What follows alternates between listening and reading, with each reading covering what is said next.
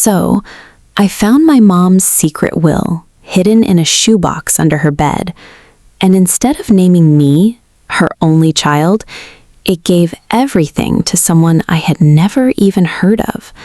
And when I finally tracked that person down, I realized my entire life was built on a lie. Yeah, this one gets heavy. Stay with me. So, I'm 32. My mom passed away earlier this year. No big dramatic moment, no last words, no final confession. Just silence. She had a stroke about 6 months before she died, and after that, she couldn't really speak anymore. I took care of her, fed her, bathed her, read to her every night. Same poetry book she'd had since I was a kid. I thought I knew her, like really knew her. She was quiet, private, simple life. Worked as a seamstress, went to church, didn't have many friends. No wild past, no secrets. At least, that's what I thought. The funeral was small, peaceful. Honestly, kind of exactly what she would have wanted. And after everything, I started cleaning out her room.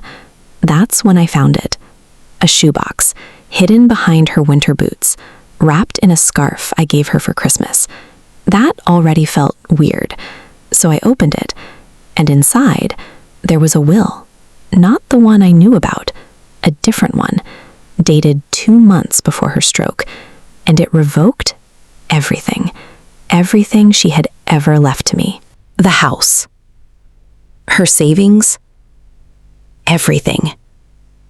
All of it went to someone named Emma Hartley. I had never heard that name in my entire life. And that wasn't even the weirdest part. Also in the box was a stack of letters. Dozens of them. All postmarked between 1983 and 1987. All addressed to the same person, Emma Hartley. And get this, they were all unopened. Still sealed. 40 years later. I'm not even joking.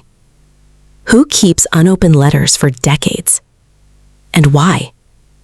At that point, I had 2 choices. Ignore it or dig deeper.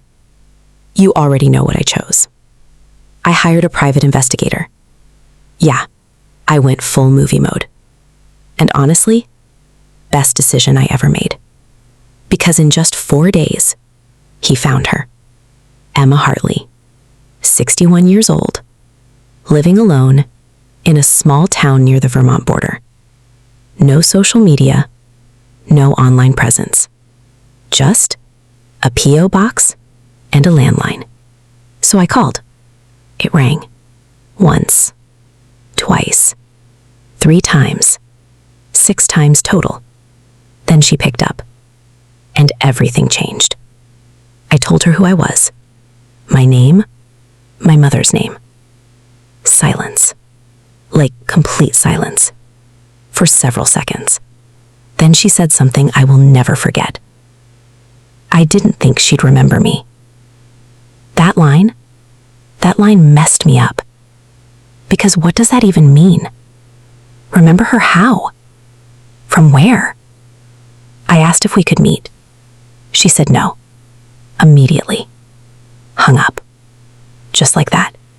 No explanation. Nothing. But then, 2 days later, I got a letter. No return address. Inside, a single photograph.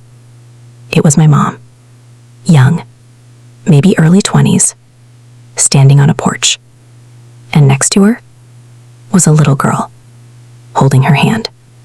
On the back, faded ink, Patricia and Emma, summer 1982. Yeah, let that sink in. At that moment, everything shifted. Because suddenly, this wasn't just some random name in a will. This was someone real. Someone my mother knew. Someone she was close to. And then it hit me. My mother wasn't just private. She was hiding something. Something big. Something painful. I grew up thinking her silence meant simplicity. But now, it felt like the opposite. It felt like she had lived an entire second life that I knew nothing about. And honestly, that realization hurt more than the will. Because money? Whatever. But this was identity, truth, family. So I did the only thing I could. I drove to Vermont. 3 hours. That's how far she was. 3 hours from a truth my mom hid for 40 years. I pulled up to her place. Small duplex, kind of run down, nothing special. And I knocked. She opened the door. Older, tired, hands shaking. She looked at me, and I swear, she already knew who I was. She didn't invite me in, didn't smile, didn't ask questions. She just said, "Your mother gave me up when I was 7.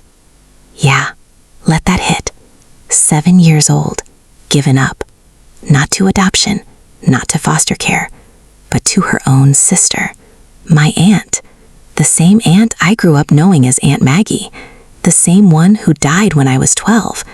That means Emma wasn't just some stranger. She was my sister. Everything started making sense.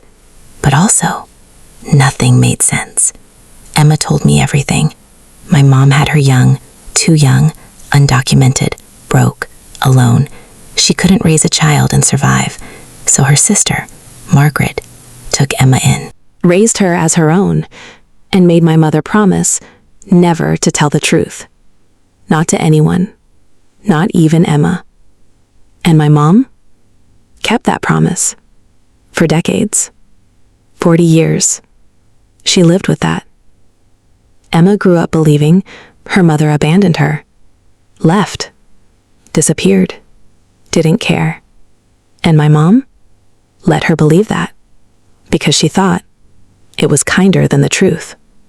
Then I told her about the shoebox, the letters, and this is where it gets even heavier. Those letters, they weren't from Emma. They were to her, written by my mother, every single year, on Emma's birthday. 40 years of letters, never sent, never opened. And inside each one, the same first line. I hope you're happy. I hope you don't remember me. Yeah, that broke me. Some people carry entire lives inside them that no one ever sees. They make impossible choices and live with them in silence because they think that's what love is. My mom didn't leave me money. She left me something else, the truth, and a sister I never knew I had. So yeah, I gave Emma the house, not because the will said to, but because it felt right. And now, we meet every Sunday, sit in that house, and read those letters together, one birthday at a time. So, what would you do if you found out your parent had a secret like this? Would you honor that will or walk away? Drop your thoughts below. And trust me, you don't want to miss the next story because it somehow gets even crazier. Peace.